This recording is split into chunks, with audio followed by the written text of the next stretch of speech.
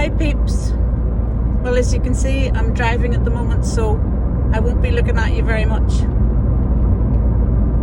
So I wanted to do a quick follow-up on my last wee video about surviving Christmas with depression. There's a few things that have worked for me in the past, and I just wanted to share them with you.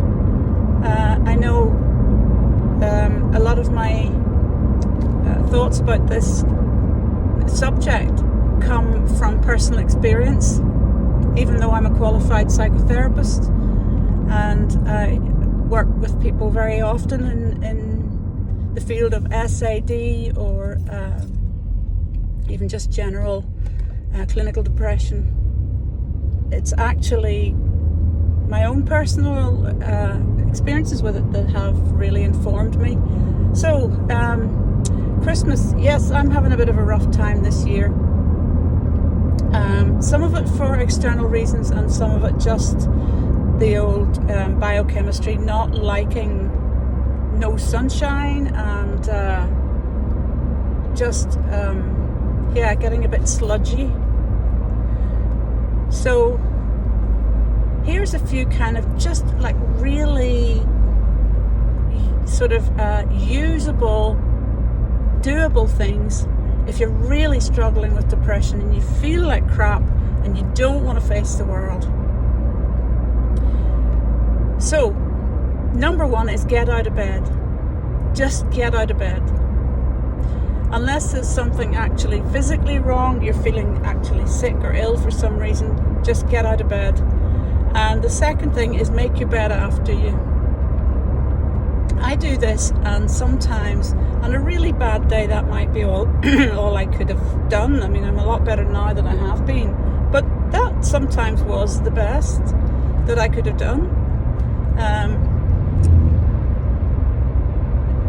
There's something about the actual physicality of lying flat in bed and not moving that's really bad for your mood when you're suffering from cortisol arousal response or cortisol awakening response. So that's, feeling really, really bad in the morning. Best thing you can do is move. Now, if you can get yourself into the shower, here's a great thing to do when you're in the shower, and that is body brushing. It sounds a bit kind of like, meh, what would you want to do that for? How is that going to help depression? But it's really good for stimulating the blood circulation and actually moving things and helping you to actually think more clearly. So what you need to do is you need to get a body brush of some sort or a good scratchy loofah and scratch up from your knees right up your thighs about 20 or 30 times until you can really feel your skin tingling, and then up the sides of your thighs and up the back of your thighs, and honestly, maybe 7 times out of 10 this works to shift something in your mental processes. If it doesn't, don't worry, just do it anyway, because one day it will help and you'll really notice. Another thing which is a bit rough to have to do is stick your head under the cold shower. You don't have to have your whole body under the shower, but stand where you can put just your head and neck and blast some really cold water on it. And hold this for about 30 seconds, which might not seem like very much, but when your head's under the freezing water, it will, believe me. And again, this is about getting blood circulating to the brain. And that's why it's important to get up out of bed, is to get all this get the juices moving. And one thing that I have found that helps, and it's not a secret, okay? It's just everybody has different things that work at different times. We don't all have one magic bullet that works all the time, otherwise nobody would ever suffer from depression again. So it's always, crap as it might sound, it's always a matter of what can I do to handle this, rather than where's the cure all the time. Psychotherapy is terrific. Sometimes Medicine can be terrific. Sometimes a combination of two. I mean, the research says a combination of both of them is the most effective. But sometimes it's just a matter of having these little habits in place that can really move you from paralyzed and dreading the day to actually just up and going about your business. So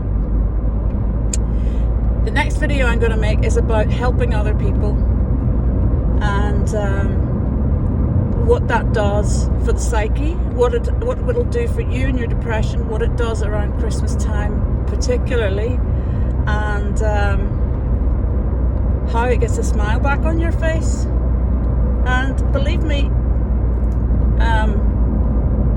when people talk to me about this kind of stuff, they're preaching to the converted, because I'm talking to you from a history of having suffered depression on and off since I was 11 years old.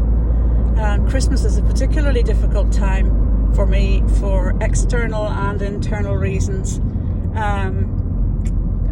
I have a lot of sad memories from a breakup of a very important relationship that I messed up basically because of my anxiety and depression, mostly anxiety in those days. And the poor guy couldn't cope with it, and I can't blame him. So I have a lot of residual, not necessarily sadness at the demise of the relationship, but sadness that I was capable of stymieing myself and him so thoroughly because of undiagnosed depression. I thought I was just a mental case. I didn't even consider that there was even such a real thing as depression. But so, and there's other things as well. There's loss and things that always come up at Christmas. But this is the way I handle it. Get up out of bed. You can see me today. Today's been a rough day. I didn't get time to put on a whole lot of makeup. I didn't bother curling my hair or straightening it or doing anything. I just put it up in a bunch, stuck a minimal amount of makeup on, and I'm out distracting myself with Christmas shopping. And yeah, bit of retail therapy never did anyone any harm, unless you're going to go nuts. You got to find your thing, you know, and your thing that you find might be different one day from the next, you know. To me today it was getting up, getting out, making this video, and heading out to do some shopping. So right, until next time, happy holidays, and if you can't do happy, just do okay. All right, lots of love.